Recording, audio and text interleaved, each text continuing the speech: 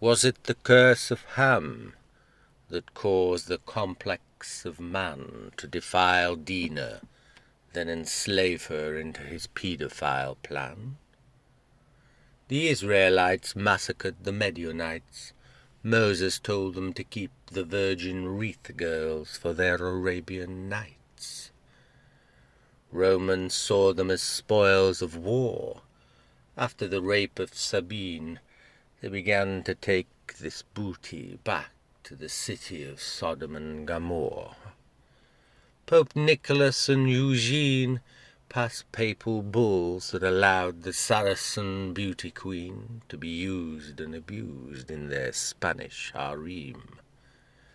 Strange how these tabernacle troops of war, the Christian soldiers of the conquistador, always want to use the virgins as weapons of war. Today, sex slaves number near 10 million. Their annual profits amount to just over 100 billion. But then, where there's a dinar or a dime, you usually find a cardinal, a king, or a cartel of crime.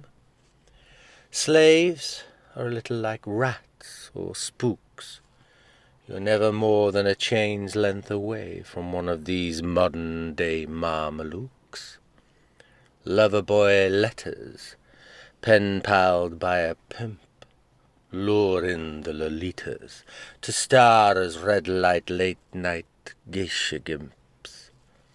English girl guides become kidnapped dowry brides, only to be traded across the borders to another desert tribe.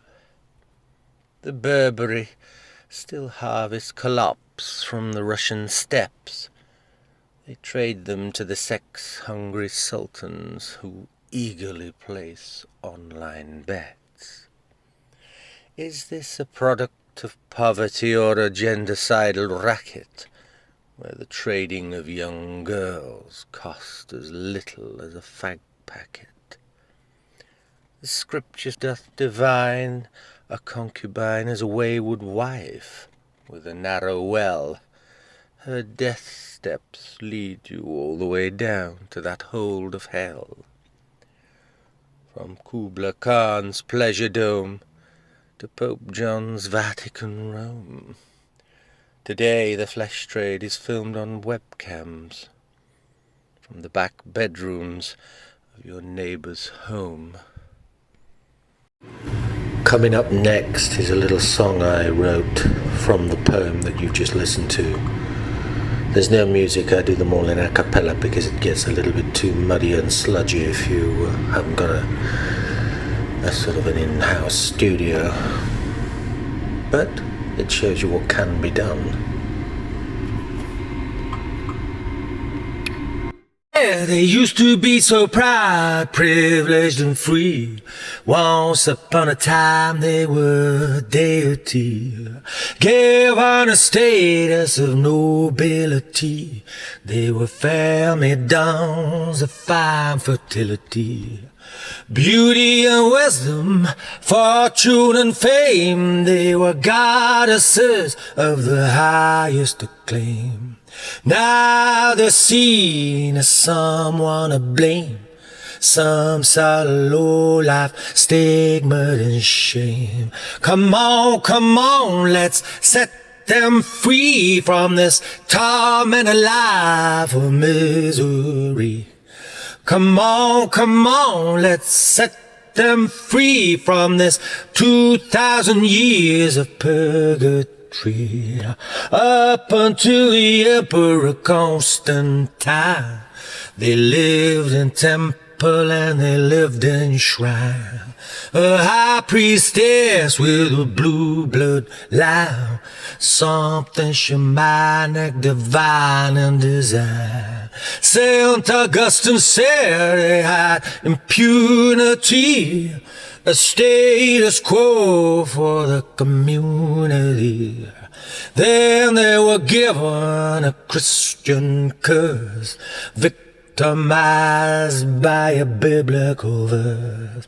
Come on, let's set them free from this tormented life of misery. Come on, let's set them free from a 2,000-year-old purgatory. They're treated like pieces of mortal meat, some rentable flesh that walks our street. Shaven head and sold so low, they're made to work in a bordello. Their souls are seen as animal. Remember the angels of old Samuel. It's time for the faith to grant Eden. Remember Mary Magdalene was in freedom.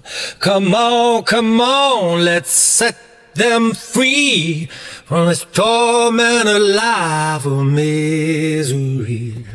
Come on, let's set them free from a 2,000-year-old purgatory.